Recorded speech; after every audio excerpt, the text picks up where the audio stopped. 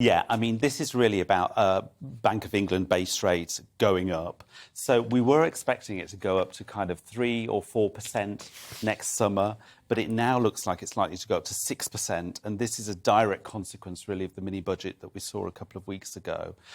So, of course, the rates that we pay on our mortgages are connected to what happens to bank base rate. Also, the fixed rates, which lots of people are on, are connected to the swap rates, and the swap rates have kind of been going up considerably. They're around about 5% now for a 2-year or 5-year fix, and that converts into a 6% mortgage rate that we would pay. So what's the difference then monthly? Because, I mean, we have been very lucky in a sense that they have been historically low, haven't they? But, I mean, looking at 5-6% now is a huge jump monthly, isn't it? Yeah, I mean, a lot of people will be on kind of 2 or 3% fixed rates at the moment. So you're looking at the interest that you're paying doubling, really. Now, that's not the whole mortgage payment doubling, because people will be paying back some of the capital. So some of the element of the mortgage is capital, some of it is interest. But the interest element will be doubling. So people could easily be paying sort of £400 or £500 a month more, on a typical sort of £200,000 or £300,000 mortgage. Is it very? We're talking about what could happen by the end of 2024, right? With some of these figures, which are pretty scary. However, there's a problem with that, as we know. We don't know what's going to be happening by the end of 2024, because although they're basing this on what's happening now, what is very clear is the status quo is not going to be there.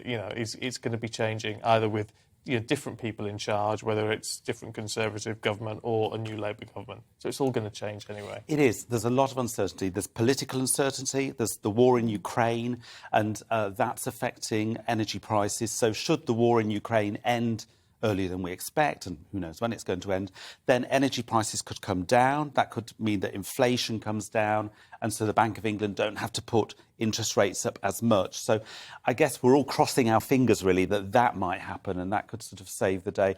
I'm being optimistic, because I've got a number of fixed-rate mortgages that are coming to an end next year. So I'm kind of hoping that Bank of England base rates will only go up to kind of 4.5% around that sort of zone. But, that's not what the markets are predicting at the moment. Because is there going to be a limit on how high interest rates can go? Because lots of people are saying, look, in the 80s and 90s it was as high as something like 12%, wasn't it? I mean, it was 17%. 17% at one point. Wasn't live, sorry. No, but now property is so much more expensive, isn't it? I mean, we're looking at £400,000-500,000 properties now, and 17% on that is huge amounts of money. It simply wouldn't be affordable for so many people. Yes, I mean, I don't think we should scare people too much. We're not expecting rates to go to 17%. And, that was a bit of a blip, really, that we saw at the beginning of the 90s. And that was when the Chancellor was in charge of interest rates. Now the Bank of England is in charge. It tends to be fairly cautious. And it's, there's lots of research that happens, and, it makes very well-informed decisions that are not politically affected, so they're quite neutral. So, I think higher than 6 or 7% looks unlikely at the moment, so people shouldn't get too concerned.